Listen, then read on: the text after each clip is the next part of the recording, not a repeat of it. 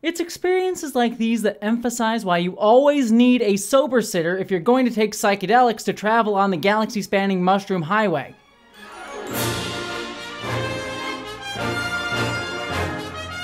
Hello everyone and welcome to my ongoing retro review series of Star Trek Discovery Season 1 being done in preparation for Star Trek Discovery Season 5 later this year. And today we will be looking at Episode 7, Magic to Make the Sanest Man Go Mad, or as it will forever be known, Discovery's Time Loop episode. Also, I apologize if this review is a little bit shorter than normal. I'm actually having surgery tomorrow. Don't worry, it's not for like some big health reason or trans-related thing. It is a personal health thing, but should all be fine. But it does mean that this one might be a little bit shorter, by my standards, like normal time for everyone else. But enough about me, back to the episode. Time loops have certainly had their resurgence over the past few years with works like Russian Doll, Happy Death Day, Palm Springs, Outer Wilds, 12 Minutes, Death Loop, Russian Doll, Happy Death Day, Palm Springs, Outer Wilds, Russian Doll, Happy Death Day, Palm Springs. Wait. Oh shit. Sorry folks, got stuck in my own time loop there. It's experiences like these that emphasize why you always need a sober sitter if you're going to take psychedelics to travel on the galaxy-spanning Mushroom Highway. But while time loops have started to become a tad overdone as of late, Discovery's episode hit back when the concept still had a freshness to it, even while it is not the first time loop to happen in Star Trek history, with that honor going to the classic Riker-directed Frasier in Space episode, Cause and Effect from The Next Generation. Picard, your vessel is not familiar to us. While Discovery's episode feels like a subtle nod to Cause and Effect, it by no means copies it and remains a unique take, which is appreciated. On top of that, this episode delivers something that Discovery Season 1 desperately needed. A fun episode. Magic to Make the Sanest Man Go Mad is, at the end of the day, simply a fun romp that helps to break up the more dark and realistic season so far, and in doing so, still provides a story that complements the season's ongoing themes of trauma, violence, and fascism. First and foremost, I love that the episode centers mainly upon the Discovery crew having a cut-loose blow-off steam party. It feels really authentic, especially for wartime. People would need something like that to just let out some of their emotions. Also, weirdly enough, I like that the party feels like a weird college dorm party with everybody hooking up around the corner and everyone in nice sexy dresses. I mean, it's no 10 Forward funeral party, but it's up there.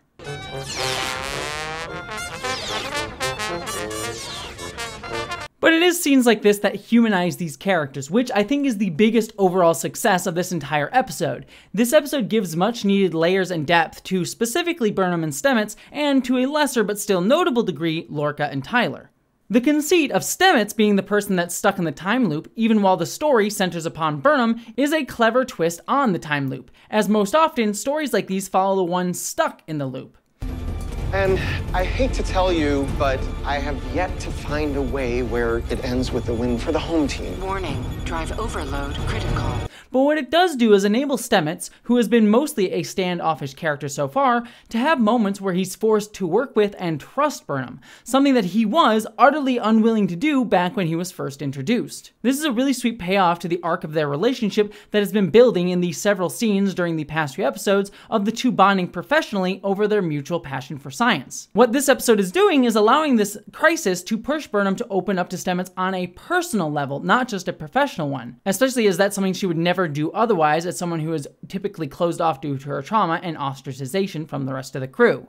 I also love that Stamets, a gay man, is the one to show Burnham how to open up and build a relationship with Tyler. I'm good at honesty. Never hide who you are. That's the only way relationships work. Scenes like this could have very easily come off as the gay best friend trope, but instead comes across more as a man in a very healthy, committed relationship giving earnest advice to a friend, a role gay men rarely get to play in stories by virtue of the fact that their relationships are often so otherized from heterosexual ones. And this all leads into the central theme and point of this episode.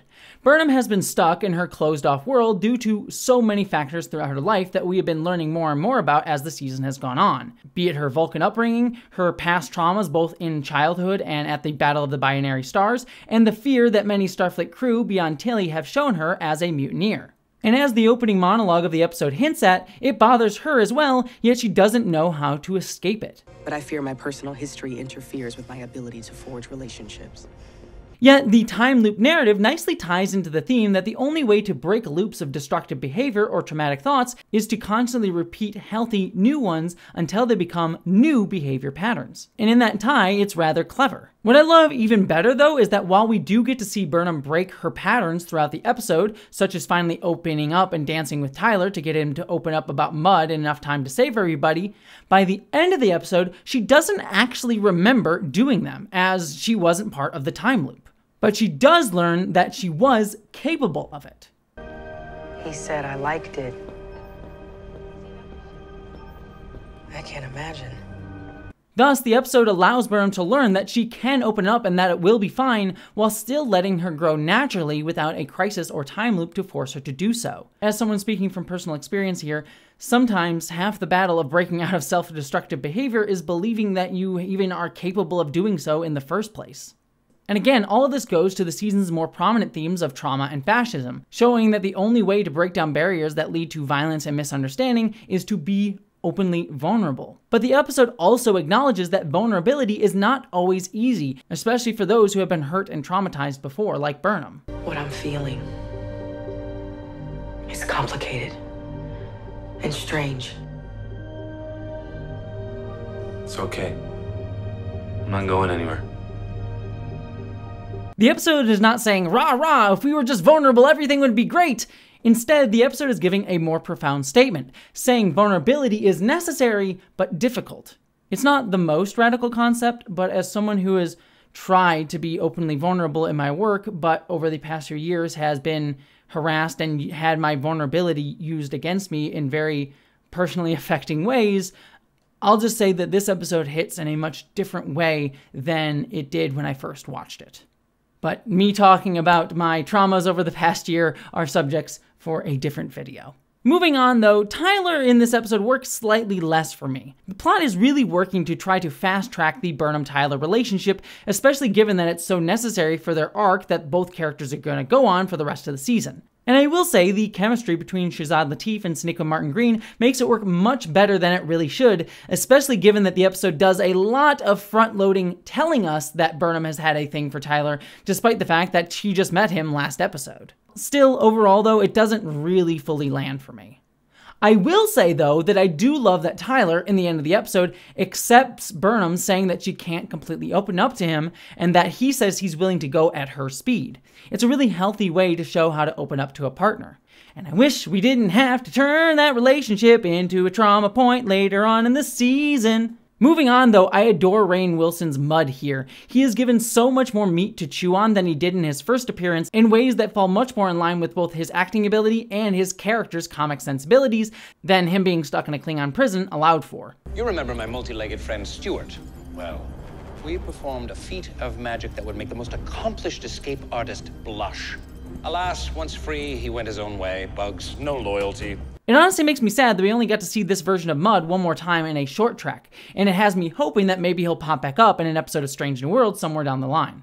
Speaking of that though, Mudd having a weird ancient alien civilization time crystal time loop gadget is so the original series Star Trek to me. It's a trope right from episodes like I, Mudd, where Harry Mudd found ancient sexy lady robot technology, as, you know, would certainly just be laying on a planet somewhere. I joke about that, but that oddly happened a few times in the original series.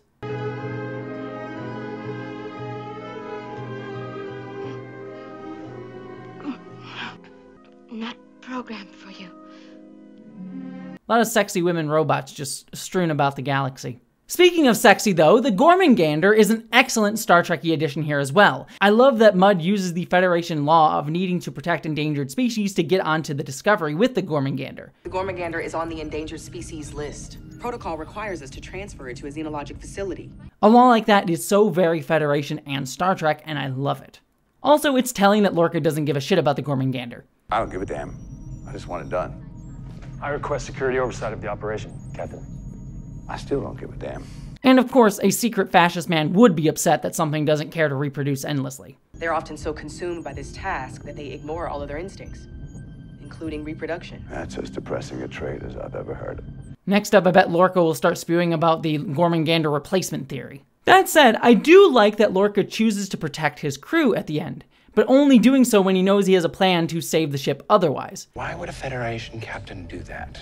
I will not have a repeat of the Baran. It's an excellent moment that on the surface shows that Lorca may be an asshole, but he does still have humanizing moments tying to his trauma with the Baran. It works in the moment, but on rewatch you can tell that he's only doing this because he knows that they have a plan to stop Mudd. Otherwise he never would have given up the Discovery and probably would have rather watched his entire crew die. On that note, the sequence of Mudd endlessly killing him over and over and over again, which when I first watched the episode I found to be energetic yet a tad cruel, works much better now knowing that Lorca is a little fascist boy.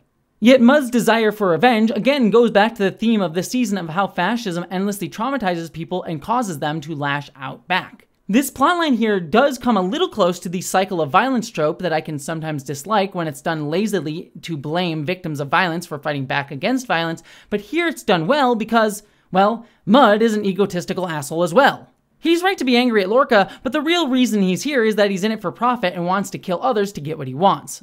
Also, his romanticizing his story of a long-lost love to make himself seem sympathetic, when in reality it's all about him, is a perfect fit for his character. And again, allows this episode to not fall into the trope of victims being the ones to blame for fighting back against how they were harmed. Oh, yes. Stella. The love of my life. Oh, Stella. On that note too, I love the cartoonish ending of the episode with Stella coming on board to whisk Mudd away against his will. It's a very original series camp style ending, complete with the typical colorful Ren Fair style outfits that apparently all Star Trek civilians are forced to wear. Also, as a Wynonna Earp fan and someone who has met her in real life, it was really nice to see Catherine Burrell as Stella in this episode. In the end, this is a fun episode that, while not as deep or as necessary to the overall serialized story of the season, is a nice bit of fresh air that manages to break up the dour tone of the story so far, and still provides an important message and character arcs that fit the season's larger narratives. Really, at the end of the day, it's experiences like this that emphasize why you always need a sober sitter when taking psychedelics to travel on the galaxy-spanning Mushroom Highway. Wait. Oh, crap. Alrighty y'all, thank you so much for watching. I'm going to quick edit this video and then go to bed because I'm getting cut open tomorrow, so wish me luck down in the comments, and I'd also love to hear all of your thoughts down below as I'm healing up, so leave those down there as well, and don't forget to subscribe. And I also should say that next week's review, depending on how I'm healing, may be up a little bit later because I want to focus on resting if I need it. So don't freak out if you don't see that come up. But regardless, I hope you all, my friends, live long and prosper.